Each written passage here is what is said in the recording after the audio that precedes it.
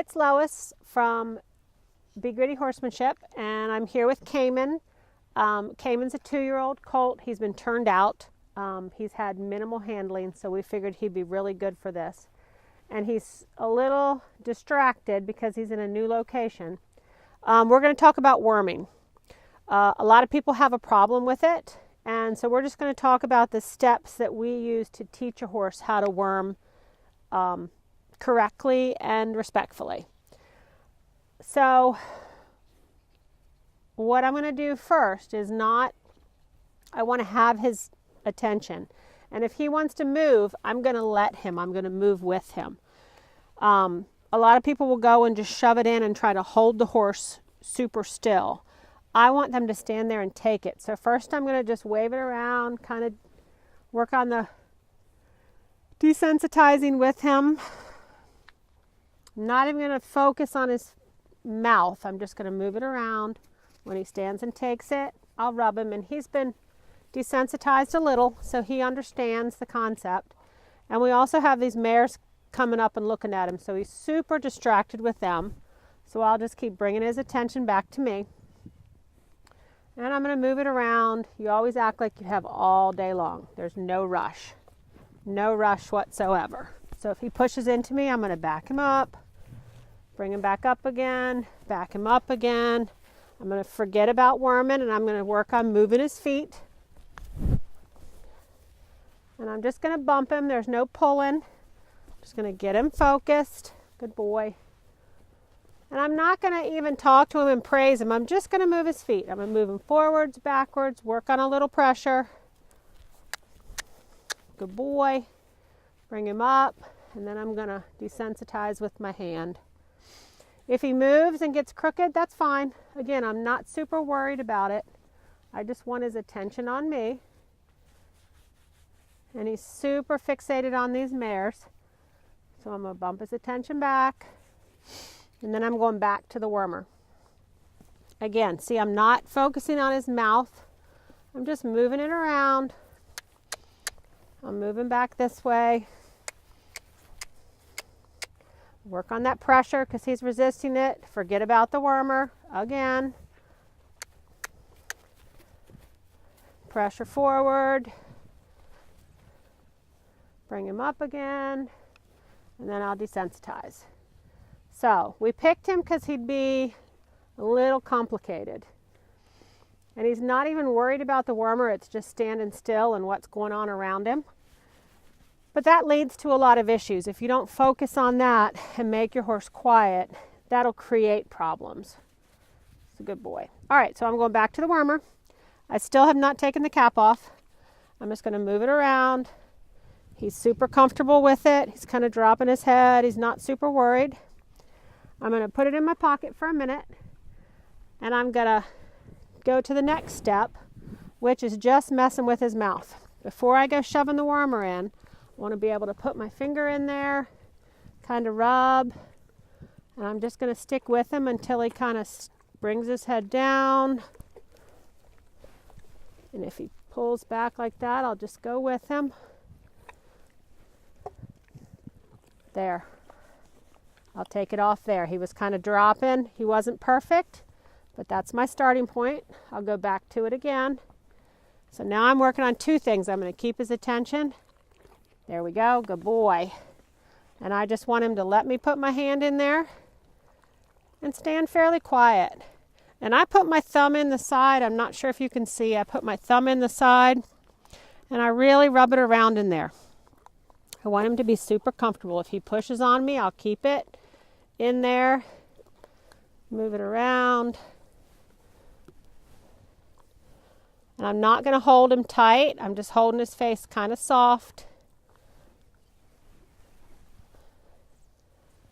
There, he dropped, so I'll give it to him. Take that pressure off. Now, if and when they start pushing like that, I'm just going to bump him out of my space. So again, we're working on multiple things here. He needs to be soft, not be pushy. I'll take that. All I'm looking for is him just to, good boy, relax when I put my hand in his mouth. There, I'll take that. But if he pushes into me, I'm going to protect, like right there, he's pushing into me. I'm going to bump and just kind of bump with the side of my hand till he moves out of my space. And then I'm going to bring him back up and go right back to his mouth. All I'm doing right there is kind of claiming space. He's pushing again. There, I'll take that. All right, I'm going to do one more, and then I'll pull out the wormer. And again, you take all the time in the world. This is where you're super patient. If he was really being pushy, like right there, he wants to resist. If you lose your hand, if he kind of pulls your hand out, just go right back to it as quickly as you can. Just keep doing it. Good boy.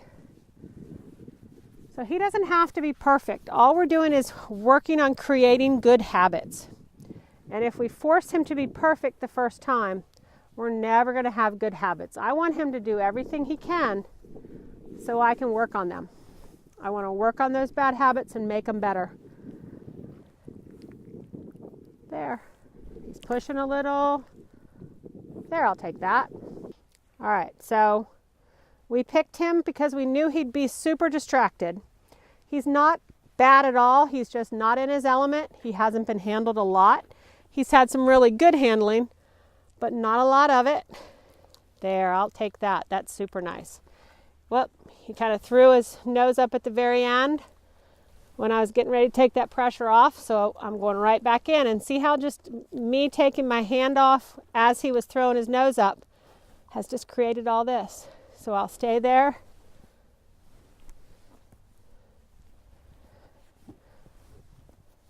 I'll just, if I can't get my finger in his mouth, I'll do it right on the side. There, I'll take that. And then I'll go back and ask again. Perfect. Good boy. Now, if you want to be 100% correct with this, I should go around the other side and do it on the other side. See right there, he stepped right into me right away. I'm just going to kind of bump him with my hand, move him out of my space, desensitize that away. He's doing it again. Good boy. Just move him out of my space. I don't want him slamming that head into my face, so I want to protect my space, and I'll try it on this side. I'll take it. Good boy. We'll do a couple. One is never enough. Good boy. He's a little distracted with something behind the camera, but I'll take it. This just gives me a chance to do a couple good ones in a row. Good boy. Good boy. All right. I'll go back to my wormer. Now, this is where people start to hold tight and hold his face. Again, I want him to move as much as he needs to. I want him to move until he realizes he doesn't have to. So I'll do a small dose just to get through the motions here. All right, so I'm going to take the cap off. So I'm not going to go right on in and shove it in his face. I'm going to go back to what I was doing. I'm going to rub it around. I'll even stick it in the side of his mouth. If he moves around, I'll put my hand in there too. There, I'll take it. Good boy. Stick it in the side again. Not even thinking about worming. I'm just working on the desensitizing and getting something in his mouth. I want him to be comfortable. Okay, take it out. Good boy. Now, I am a little awkward on this side. I'm better on the off side actually, but we're going to go ahead. There, I just went ahead and wormed him. That was pretty simple. I'm going to let him swallow it. And when you worm, you want to make sure you shove the syringe fairly far in his mouth. I go about halfway, right about there, and then I push the plunger. Now, once he's done with that, I'm going to go back. This isn't where we end. Most people worm and stop. This is where the problem starts. So I want to be able to end correctly. I'm going to work on desensitizing him. He kind of pushed in my space. I'll back him up again. I'm going to move that wormer around.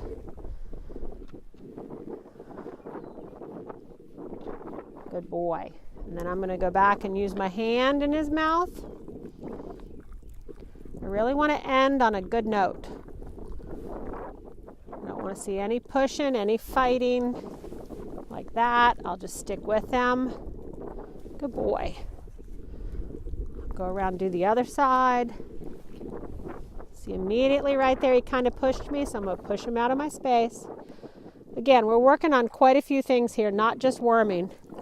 We're working on being respectful of me, working around his head, being quiet when I put my hand in his mouth, not fighting. He doesn't have to love it. Good boy. He pushed right there. I'm going to just bump him out of my space. Add a little more energy. Good boy. If he worries about it, I'll go right back in, move him over, and then desensitize. See, the second I go to desensitize, he leans on my hand. So I'm going to go right back to bumping him off me, and I'm going to desensitize until he stops quietly, is not pushing. Then I'll praise him. And I'm going to do this side one more time just because he did that. He's a bit pushier on this side. Just bump him off me. When I bump, I want to make sure he moves that head and a foot. Because if you just move the head away, you're not reinforcing moving feet. So I'll just keep desensitizing. Good boy, I'll take it. Again, he doesn't have to be perfect. Come on, Bubba. But I have to follow through every single time. So we'll come back and then we'll redo the wormer again. I'm going to stick it in his mouth. After they get that taste is when they don't want it in their mouth again. But again, I'm just going to move it around, take my time. Hold him soft. The second they raise your head, your brain tells you that you want to hang on tight. So just kind of pay attention to what your hand's doing. Because my hand went to tighten and I just reminded myself to soften it up. Move him out of my way.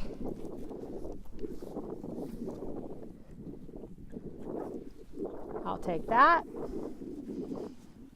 And I'm going to do it again. He's pushing. I'm going to bump him out of my way. And then go right back with the wormer. There, good boy. There we go. And then I'll desensitize a little more. I'll take that for our first time. The more you work on filling in the holes and not just shoving the wormer in and worming them, the quieter your horse gets. Okay, so we're going to end this, but just remember you want to kind of work on the desensitizing, get him quiet. If he pushes in your space, you want to move him out and then work on the desensitizing again. And then you want to work on that mouth with just your hand, good boy, and then add the wormer before and after you worm. Okay, so that's going to wrap up how to worm your horse. Be sure to check us out on Instagram, Facebook, Snapchat, and at our website, www.begritty.net.